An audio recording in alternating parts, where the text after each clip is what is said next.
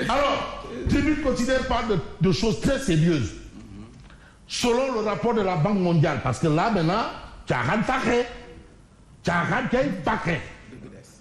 AVC, c'est fini. Le poids de la dette à 80,8%. Mais il y a une interrogation. Le Sénégal en danger. Parce que quand même, quand on approche de 80,8%, le poids de la dette, c'est assez carabiné de chez carabiné. Le Sénégal en danger. C'est presque le seuil. Le seuil. Le seuil, là, tu es carrément, le précipice, et là, tu es là. Alors, ben justement, cette question, la dette, elle bondit à 80,8% du PIB en 2023, contre 76% en 2022. Donc, entre 2022 et 2023, il y a quand même eu beaucoup d'eau à couler. Alors, on reste avec Tribune. Avis à tierces détenteurs, ATD, pour des impôts de 2016 à 2018. Les impôts étouffent le groupe Walfadjri. Le groupe Walfadjri. Walfadjri. Walfadjri. Walfadjri. Oui. La voix. Avec l'incendie de ces studios. De ces studios. Et on a estimé ça à 500 millions. La voix des sans-voix. Alors, leur compte bancaire fermé. La voix des sans-voix. Walfadjri. École Boumakdi. Walfadjri. Qui a produit aujourd'hui combien de groupes, de sous-groupes? Bon, des patrons de sous-groupes, des patrons d'autres groupes, d'autres grands groupes. Oui. Alors, leur compte bancaire fermé. Ça, c'est ce que retient Tribune. Et puis, préparation de la tabaski, tissu, greffage, accessoires, phare, pose silet, tout ça là. Tissu, gaspillage à gogo. Si on se réfère à la tabaski en tant que telle, on n'a pas besoin de tout ça. Ouais, l'orthodoxie de la tabaski. Il faut une os de faire beaucoup bar, étage beaucoup kawe. Donc tout ça là, c'est de là. Il n'est pas exagéré quand même. Ah, de faire beaucoup bar. Étage beaucoup kawe. Voilà, donc on a Tribune quotidienne sur ce point. Presse et hommes politiques. Voilà un autre débat. Souvent c'est assez tendu. Cette cohabitation. Une cohabitation pacifique ou maléfique. En tout cas, proximité ou antagonisme, c'est l'interrogation, en tout cas, de Tribune, c'est une réflexion. Parce que tout est une question de réflexion. Mais si on doit réfléchir, on va peut-être prendre un point sur ce qui s'est passé du côté de Daroukouros, où une histoire de deux Chinois qui ont torturé un ressortissant sénégalais avec l'aide d'un Sénégalais. Et c'est ce qu'on peut qualifier souvent de... J'aime bien cette envolée de Sidi Ndiaye qui parlait de négrier des temps modernes. Ça, c'est feu Sidi Ndiaye dans ses multiples envolées. Donc, on a cette actualité. Mais l'actualité, c'est aussi l'Observateur l'Obs. Rapport renversant sur religieux et politique. On parle de presse et politique. Religieux et politique. Mais sur 100 personnes interrogées, 61 sont insensibles à l'influence des guides. Sur 161. Il y a quelqu'un là, d'entrée de jeu, il avait dit que non, les guides religieux sont des citoyens ordinaires. Là, ça avait amené un tollé. L'autre aussi est venu dire que non, la presse là, ouayo, ça a encore amené un tollé. Donc chacun a eu ça, son entrée en la matière. Et aujourd'hui, il y a de la matière grise. De la révérence au désamour, la parole religieuse à l'épreuve des réseaux sociaux. Il y a un nouvel élément qui est venu s'ajouter. Marabout, jeune, entre confiance et méfiance. Toute cette histoire quand même est passée au crime par Tribune. Rapport renversant sur religieux et politique. Mais on parle d'une autre politique. Politique autour du pétrole et du gaz. Et là, celui qui met les pleins gaz, c'est Serigne Mboup. On sait quand même qu'il a été l'une des chevilles ouvrières de cette histoire.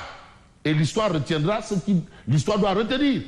Découverte, forage, négociation, au cœur des négociations sur le pétrole. L'interview exclusive de Serigne Mboup, ancien DG de Petrosen, qui avait conduit les premières négociations et paraphé les contrats.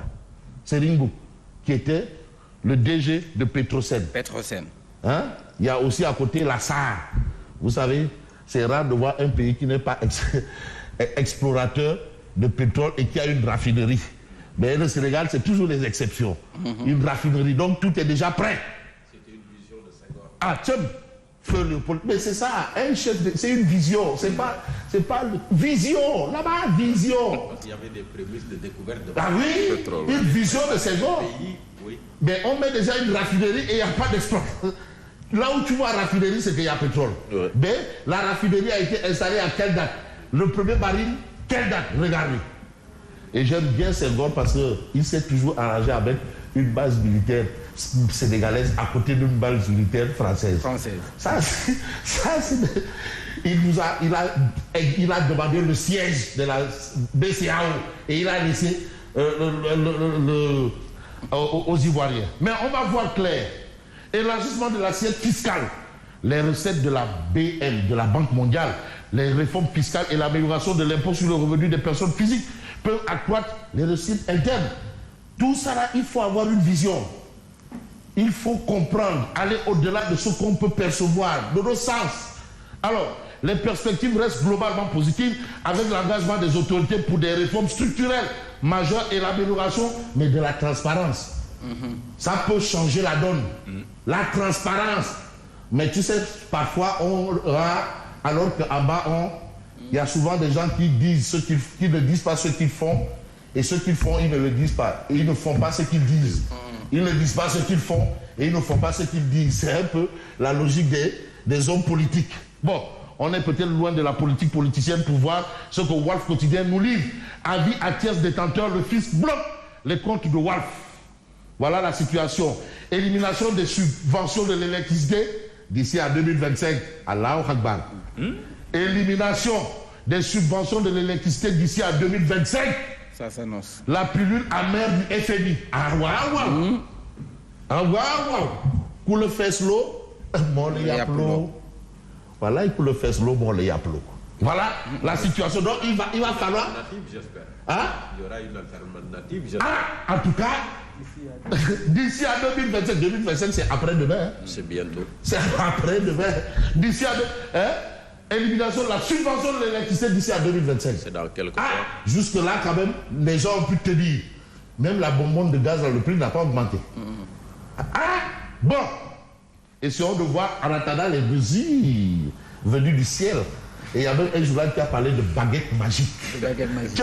Non, la presse, ouais. Quand tu l'es de la presse, ouais. Non. Alors, et vous avez enquête. Pétrole et gaz, chance et piège. Attention. Avec le pétrole et le gaz, le Sénégal peut renforcer sa place dans la géopolitique mondiale. Même au plan politique, on pèse, on ne fait plus que compter. Mais attention, il y a toujours attention.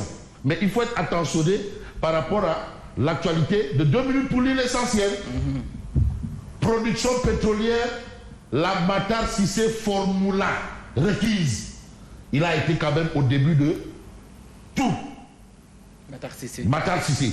Et aujourd'hui, cette organisation internationale qui nous a fourni le premier baril, c'est lui qui a allé signer le contrat là-bas, en Australie. Et la particularité, remarquez bien, ce contrat a été signé le jour de l'anniversaire de Macky Sall. Ah oui. Et ça a été peut-être le cadeau de Mahou la science à son ami Macky Sall. Mais malheureusement, Macky Sall, c'est un ami assez particulier. Bon, alors, Espagne, Albéché, terre de souffrance et bien entendu des migrants. Mais on va peut-être migrer vers un autre journal qui fait aussi de l'actualité autrement. Et bien entendu, c'est Libération. Champ pétrolier de Sangoma, Petrosen a emprunté 450 millions de dollars à Woodside. Ah oui. Mais moi je me demande, quand vous voyez un peu ce montant là, et vous voyez un peu le montant de l'euro-bon, il n'y a pas de similitude. À bon entendeur, salut et bonne continuation.